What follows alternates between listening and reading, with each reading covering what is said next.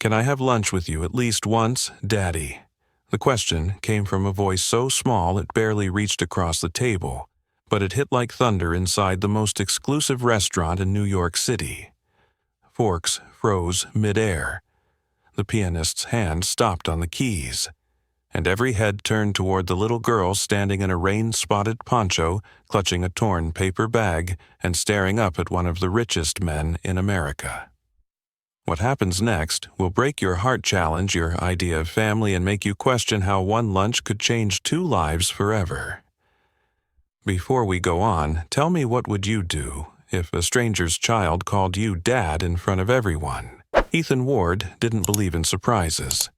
He built his billion-dollar tech company on predictability algorithms that forecast human behavior models that told him what people wanted before they did.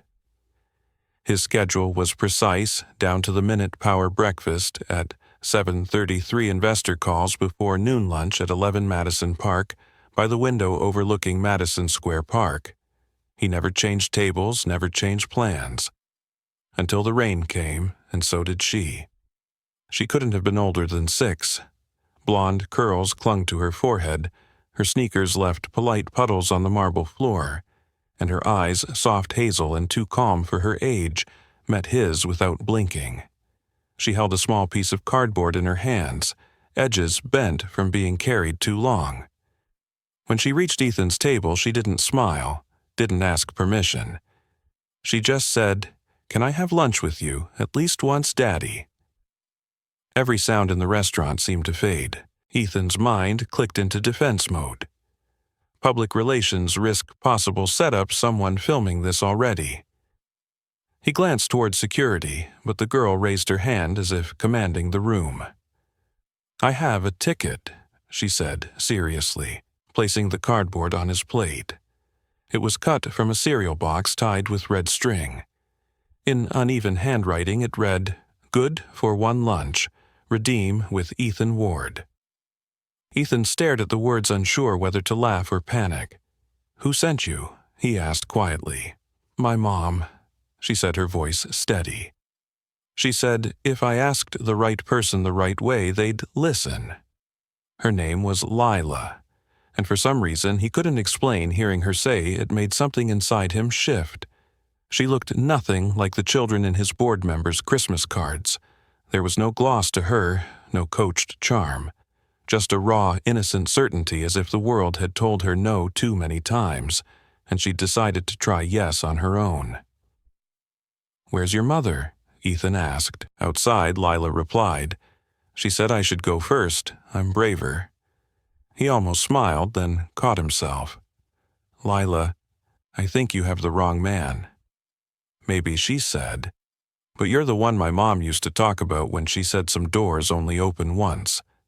She lifted her sketchbook and began to draw right there on the napkin, a crooked heart split in two with a tiny compass in the middle. She said, "If I ever met you, to give you this." From her pocket, Lila pulled out a small silver locket, half a heart polished smooth from years of being held. Ethan didn't touch it, but his chest tightened anyway. It was the kind of detail his logical mind hated, too sentimental, too impossible. And yet, when he looked at her again, he saw something unsettlingly familiar. The tilt of her chin, the small freckle near her temple. The maitre d' hovered nearby, waiting for Ethan to signal what to do. For a moment, he thought about standing up, calling security, ending the scene before the tabloids could spin it. But then Lila did something that stopped him cold. She reached across the table and placed her small hand over his. Her fingers were cold, trembling slightly, but her eyes were sure. "I only need one lunch," she whispered. "Then you can go back to your world, and I'll go back to mine." Ethan didn't know why, but he nodded. Maybe it was guilt. Maybe it was curiosity.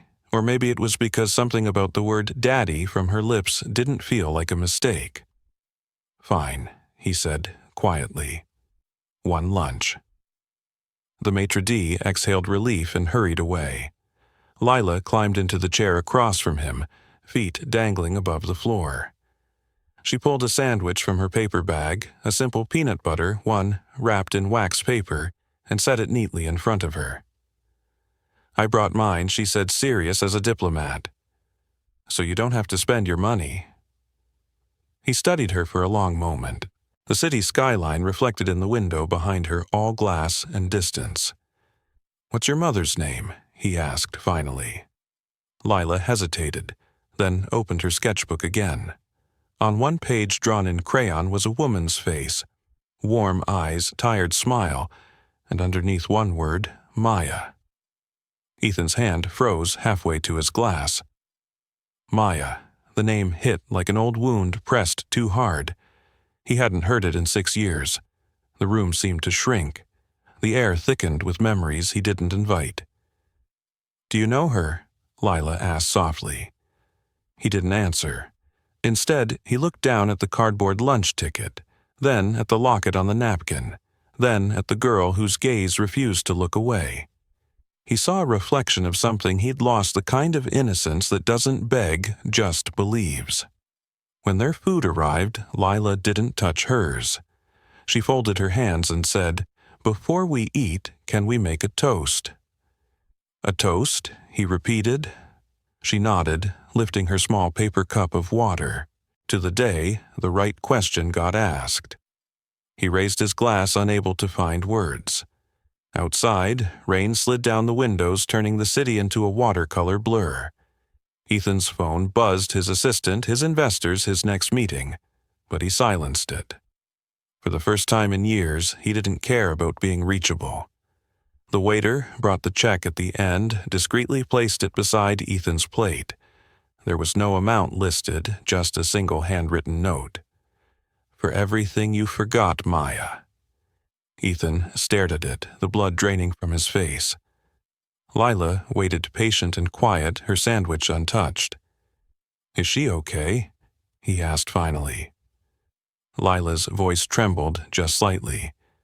She said to tell you she's tired, and she wants to see you if you still remember where she lives. The city outside seemed to fall silent. Ethan looked at the frozen watch on his wrist. It had stopped at 12:14 the moment she'd walked in. He slid the IOU into his wallet and stood. "Finish your sandwich," he said gently.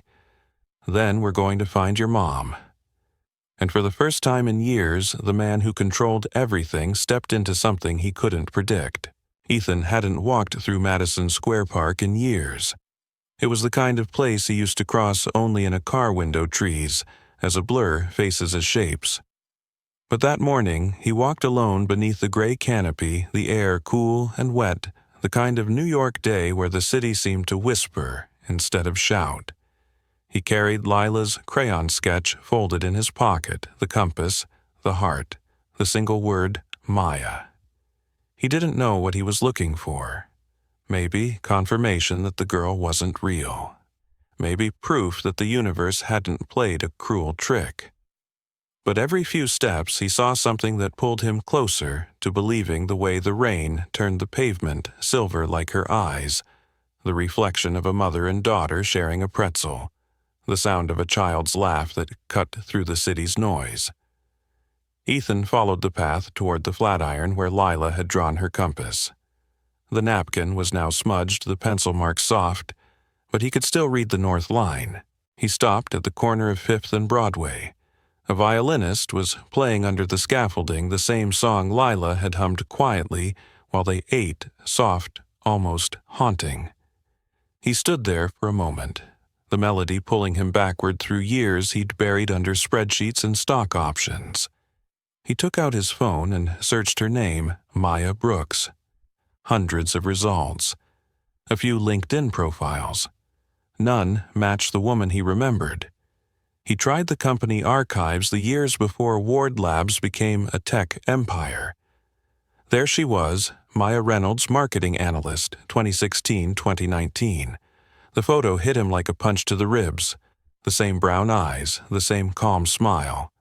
A note in the HR file, resigned unexpectedly. No reason listed.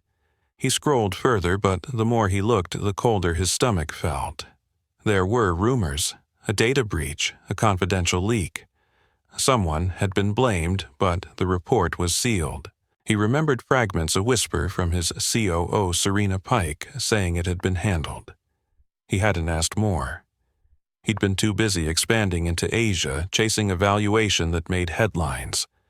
Now he wondered what exactly had been handled and at whose expense. The next clue came from Lila's sketchbook, the page she'd left behind on the restaurant table. Ethan hadn't noticed it until later when he unfolded his napkin at home. Drawn in thick blue crayon was a line connecting 4 spots, a park, a bridge, a market, and a bench marked with a star. Underneath, in Lila's crooked letters, it said, "The places Mom still loves." That's how he found himself walking along the High Line later that afternoon. The rain had eased to a mist, the city humming below like a restless dream. He moved slowly, scanning faces, not sure what he hoped to find. At one point, he stopped near a patch of wildflowers and closed his eyes. The wind carried laughter, children, tourists, the rumble of trains, and then a sound that didn't belong, a cough low and dry, followed by a woman's voice calling softly, "Lila, not too close to the edge." He opened his eyes.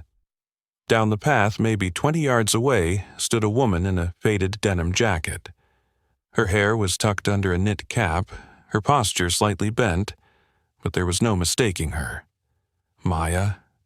The years had reshaped her carved lines where there had been brightness, but the essence was the same. She held a paper bag and a thermos, scanning the crowd. He didn't move. He wanted to. He wanted to run to her, to demand answers, to apologize, to say nothing at all. But something in him froze. Fear, maybe, or guilt, the kind that takes years to name. Then she looked up and saw him. It wasn't dramatic. No gasp, no music. Just recognition, sharp and quiet. Her eyes widened, then softened, as if she'd already rehearsed this moment in her mind 100 times. She didn't wave. She didn't smile. She simply turned, guiding Lila by the hand, and walked away. Ethan followed. Not too close, not too far. Through Chelsea Market, past vendors shouting about bagels and spice blends, into the rain again. He watched them stop by a flower stand, Lila picking a daisy from a bucket, Maya paying in coins. For a moment they looked like any mother and daughter in the world. Ordinary, untouchable. He wanted to call out her name, but something held him back. Maybe it was shame. Maybe it was the memory of his assistant handing him a folder 6 years ago saying, "There's been a problem with one of your analysts," and how quickly he'd moved on to the next meeting. He had believed what he was told, that the woman in question had mishandled data. He hadn't checked the facts. He hadn't looked into her eyes to see the truth. Now, seeing her like this, he realized he had believed the convenient version of the story, the one that let him stay clean.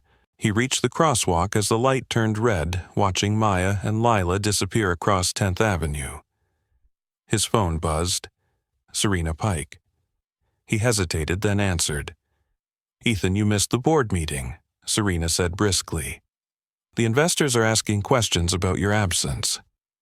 "I'll handle it," he said, still watching the mother and daughter vanish into the mist. Handle what she pressed. Something I should have handled a long time ago. He ended the call and pocketed the phone. Later, in his penthouse overlooking the city, Ethan sat in front of his computer, drenched in the kind of silence that comes after a storm. He zoomed in on an old photo he'd found in the company archives, an annual gala. There he was, smiling stiffly for the camera. Behind him, at the edge of the frame, Maya half turned, laughing at something out of view. He printed the image and laid it beside Lila's crayon map. 4 dots, a park, a bridge, a market, a bench, and 1 small star. He took a pen and drew a circle around the star, whispering to the empty room. "Where were you trying to lead me?" Lila, he didn't have an answer yet. But for the first time in years, Ethan Ward felt something he didn't expect. Uncertainty mixed with purpose. He looked out over the city lights, his reflection faint against the glass. Somewhere out there, Maya Brooks was still breathing the same air, still walking those same streets, and a little girl had drawn him a map back to both of them. The compass on that napkin had pointed north. But maybe north wasn't a direction. Maybe it was a person. The next morning, Ethan stood across the river on Roosevelt Island, his coat drawn tight against the wind. The skyline shimmered across the water. The city that had once made him feel powerful now looked distant, unreachable. He'd followed Lila's map to the edge of a quiet neighborhood where the buildings leaned close together as if keeping each other warm. That's where he saw it, a small apartment with a rusted balcony and a flower pot struggling to stay alive. The mailbox read, M. Brooks in faded ink. He didn't knock right away. He stood there for almost 10 minutes staring at the chipped paint on the door, thinking about what waited on the other side. When he finally raised his hand, the door opened before he touched it. Maya stood there. For a moment, neither spoke. The years between them hung in the air, heavy and unkind. She looked thinner, paler, but there was still that calm strength in her eyes, the same steadiness that once made him feel grounded. She didn't look surprised to see him. Maybe she'd been expecting this. "I wasn't sure you'd come," she said softly. "I almost didn't," he admitted. "But Lila, she told me." Maya's lips curved slightly. She has a way of opening doors that should stay closed. Her apartment was small but warm, filled with mismatched furniture, and the smell of something herbal tea, maybe. Lila's drawings covered the wall, suns, hearts, and one picture that made him pause. It was the three of them, hand in hand, under a sky full of stars. The drawing was signed Lila Ward. He turned to Maya, who was pouring tea into 2 chipped mugs. "She thinks my last name is hers." She doesn't think, Maya corrected quietly. She hopes. He sat down at the table, his throat tightening. "Why didn't you tell me?" Maya took a long breath before answering. "Because you didn't look for the truth when it mattered." Her tone wasn't angry. It was tired. "Do you remember what happened 6 years ago?" He nodded. "There was an internal investigation, a data breach. They said it was me." He swallowed hard. "I didn't believe it. I just didn't know how to help without risking your name," she finished for him. "You didn't have to believe it, Ethan. You just had to ask." He didn't argue. There was nothing he could say that wouldn't sound hollow. She set the tea in front of him. Her hands trembled slightly, and he noticed the faint bruises on her wrist, the way she pressed her palm to her chest when she coughed. "Are you sick?" he asked quietly. She hesitated. "Lupus?" "It's under control when the meds cooperate." He looked around. The apartment told its own story. Half-empty pill bottles, a stack of unpaid bills tucked under a candle, a child's backpack hanging by the door. She had been fighting alone. "I can help," he said finally. Maya shook her head. "I don't want charity. It's not charity." His voice cracked. "It's responsibility." She stared at him, and for the first time he saw the weight she carried. Not just illness, not just struggle, but the exhaustion of someone who had been brave for too long. "You think writing a check will fix this," she said softly. "You think that's what Lila needs. She needs to know why you weren't there. Why I had to tell her stories about a man who was too busy to see what was right in front of him." He stood, the words hitting harder than she knew. "You're right," he said. "But I can't change what I didn't see. I can only change what I do next." She looked down at her hands. "And what's that supposed to mean? I'm going to make this right." Maya gave a short, tired laugh. "You can't rewrite the past, Ethan." "Maybe not," he said. "But I can clear your name." Her eyes lifted sharply. "What do you mean?" "I've been looking into the old files. I think someone set you up. Serena Pike's name keeps showing up in the access logs." Maya blinked. "Serena. She was your right hand. She still is," he said quietly. That's what makes it worse. They sat in silence, the only sound the whistle of the wind against the windows. Then a knock came at the door, quick and sharp. Maya froze. "Are you expecting someone?" Ethan asked. She shook her head and went to answer. A nurse in a pale blue jacket stood outside holding a clipboard. "Mrs. Brooks, I'm here for your checkup. The community clinic sent me." Maya frowned. "I didn't request a visit." The nurse smiled gently. "It's already covered. Someone wanted to make sure you're taken care of."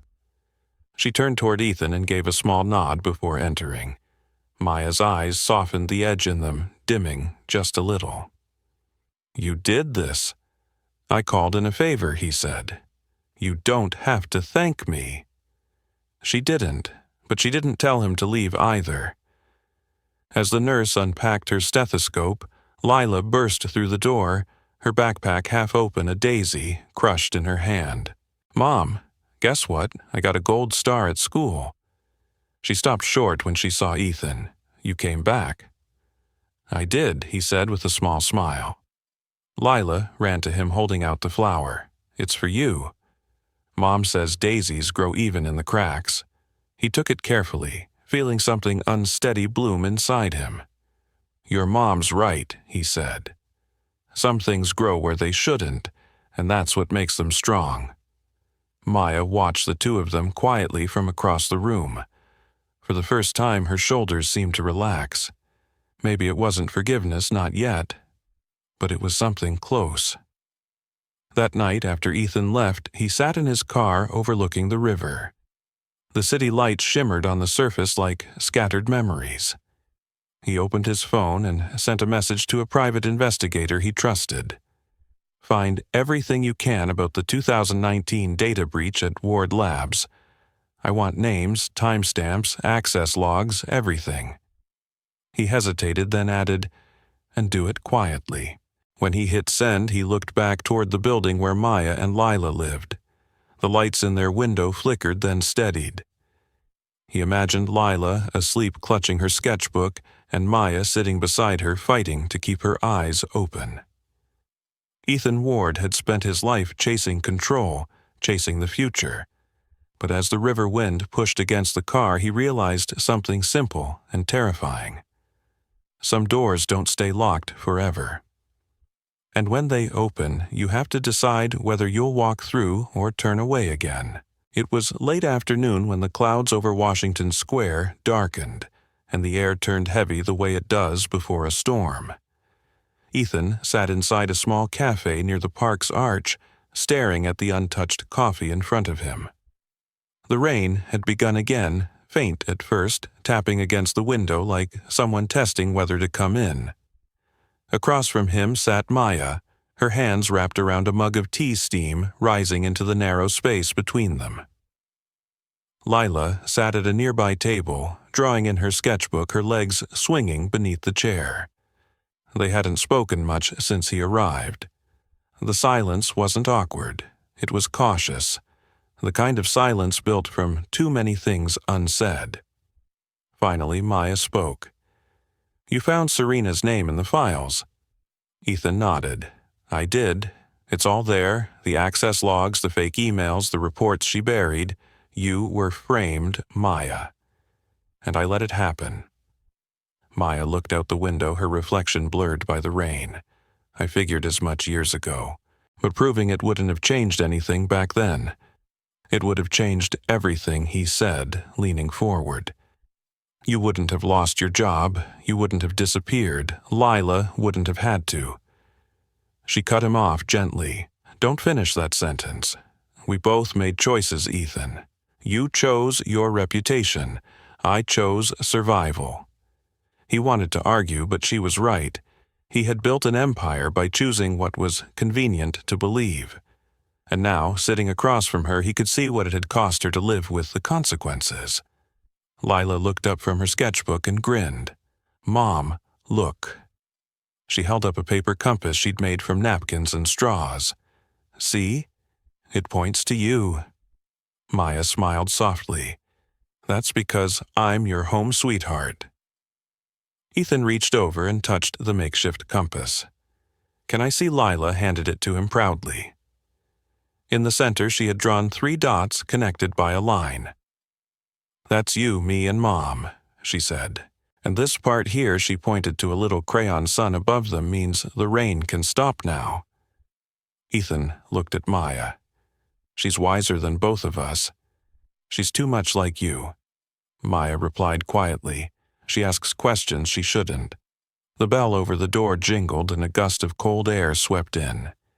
Ethan's phone buzzed, but he ignored it. The world could wait. "There's something I need to tell you," he said, his voice steady. "I'm going to the board tomorrow. I'll show them the evidence.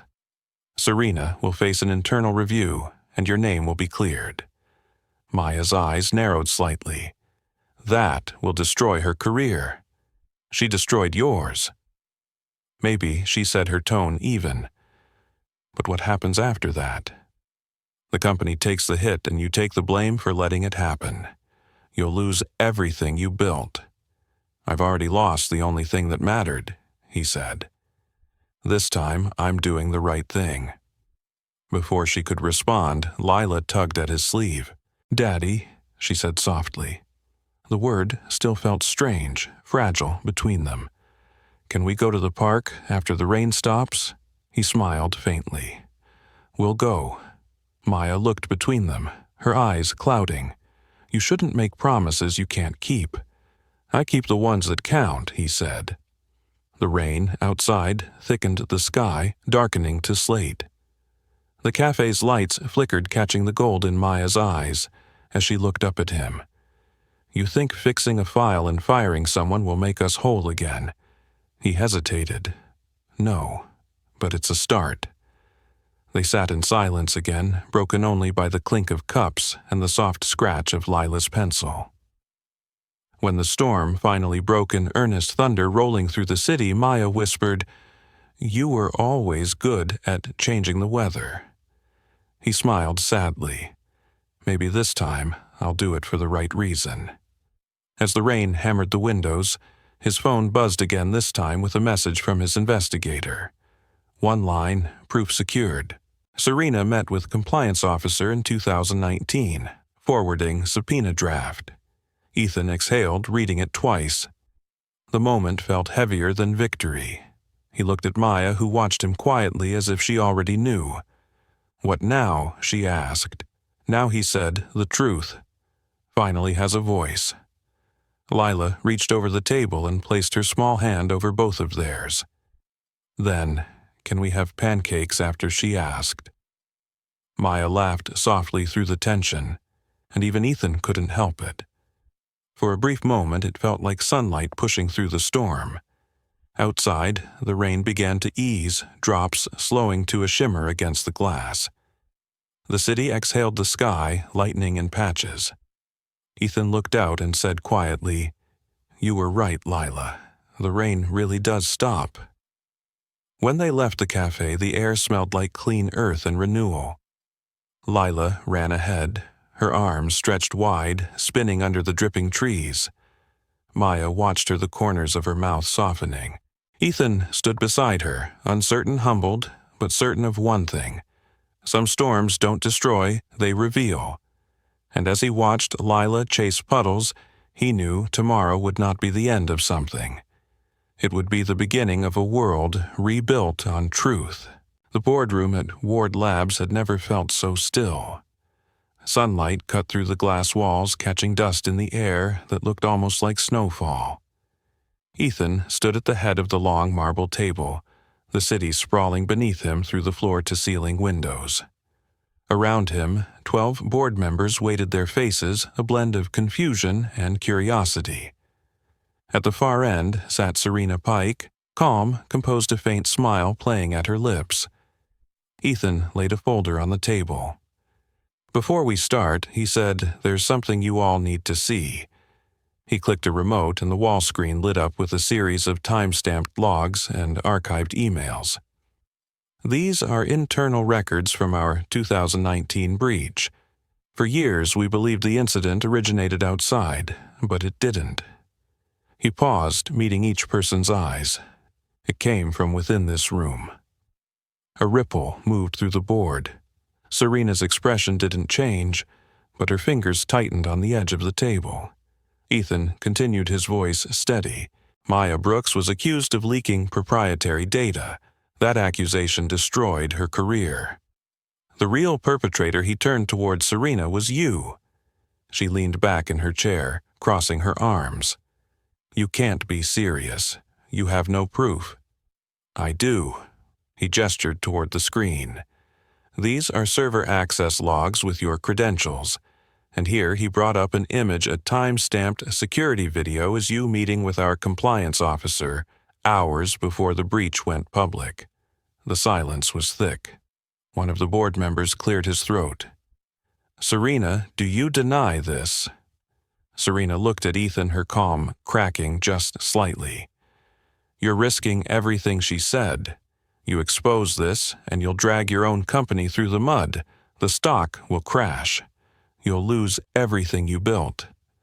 Ethan's jaw tightened. Then, so be it. Because it was built on a lie. The room erupted into low murmurs. Some members exchanged glances, others whispered into their phones. Serena stood trying to regain control. You're not thinking clearly, she said.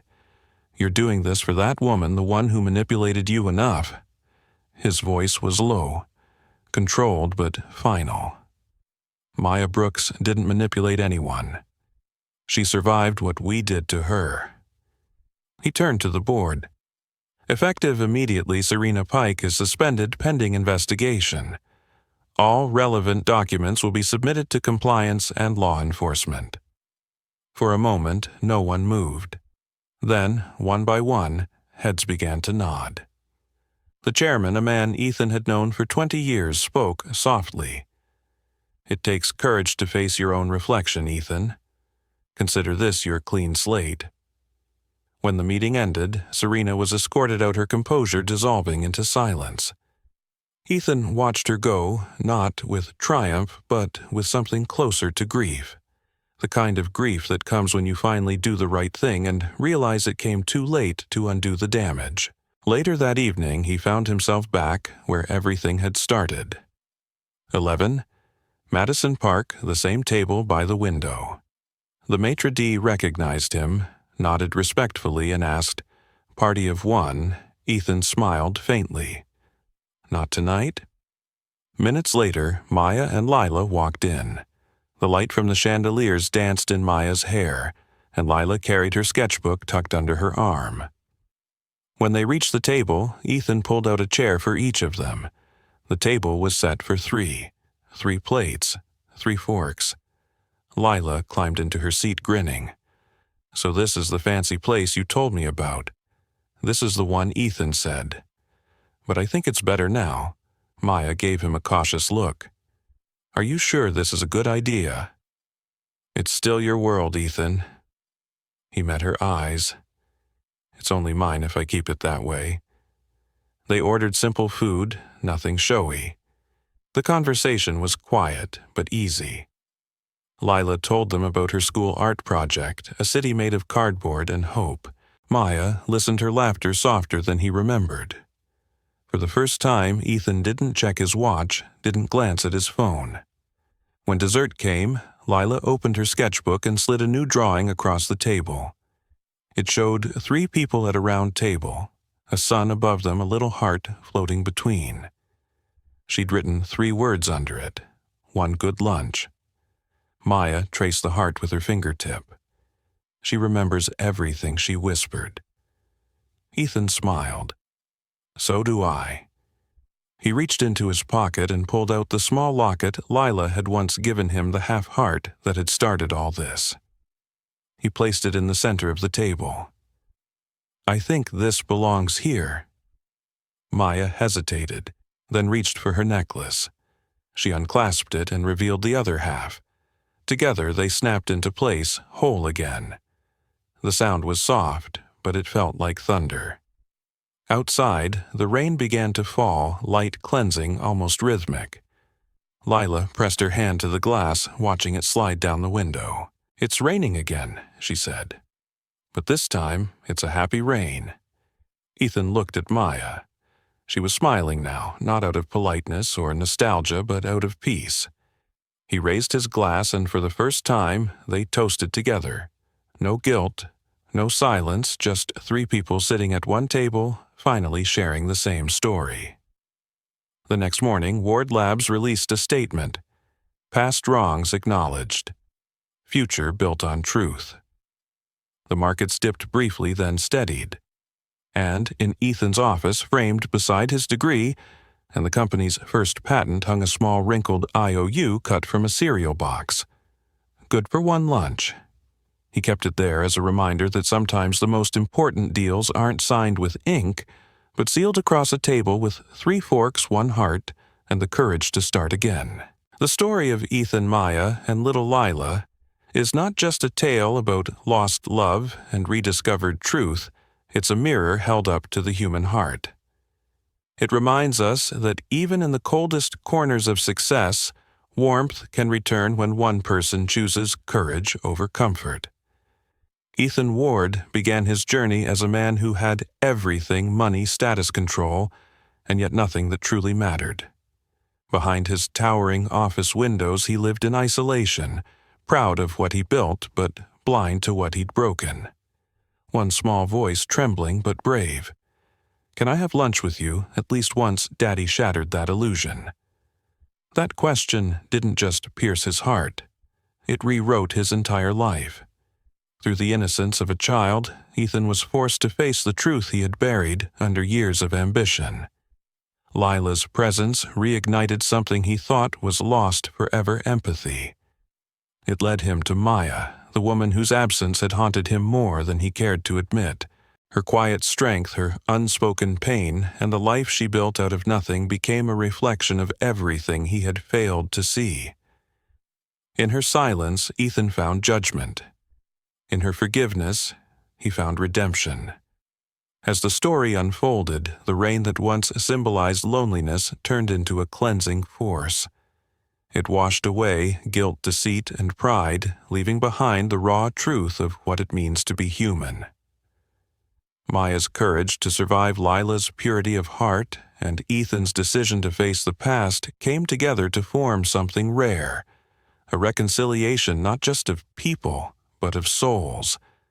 By exposing the corruption that had destroyed Maya's career, Ethan didn't just clear her name. He cleared his own conscience. And in doing so, he redefined success. No longer measured in numbers or prestige, but in honesty, family, and love. The final image, 1 table, 3 forks, captures everything. It's simple yet profound. The man who once ate alone in silence now shares his meal with the 2 people who gave his life meaning. The table isn't just a setting. It's a symbol of restoration, of second chances. It reminds us that healing doesn't come all at once. It comes one conversation, one apology, one act of truth at a time. And sometimes it takes the courage to sit down and eat together to realize what's been missing all along. From this story, we learned that redemption is never too late, but it is never free. It demands humility, the strength to admit our faults, and the will to make them right. It teaches that the past doesn't define us. Our response to it does. Whether in family, friendship, or love, the real victory lies not in perfection, but in persistence, in choosing compassion when pride feels easier.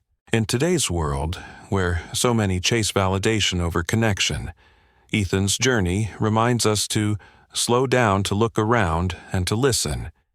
Really listen to the people who quietly stand beside us. It's a call to remember that the true measure of a life well lived isn't found in the titles we hold, but in the hands we hold. And maybe there's a Lila in all of us, a voice still small, but brave enough to ask for love, to ask for attention, to ask for one more chance. If this story touched your heart, if it reminded you of something or someone worth fighting for, don't keep it to yourself. Leave a comment below, tell us where you're watching from, and share what this story meant to you. And don't forget to subscribe to our channel. Every like, every share, every comment gives us the strength to bring you more stories of love, hope, and redemption. Because somewhere out there another story is waiting to remind us that no matter how far we fall, love always finds a way to bring us home.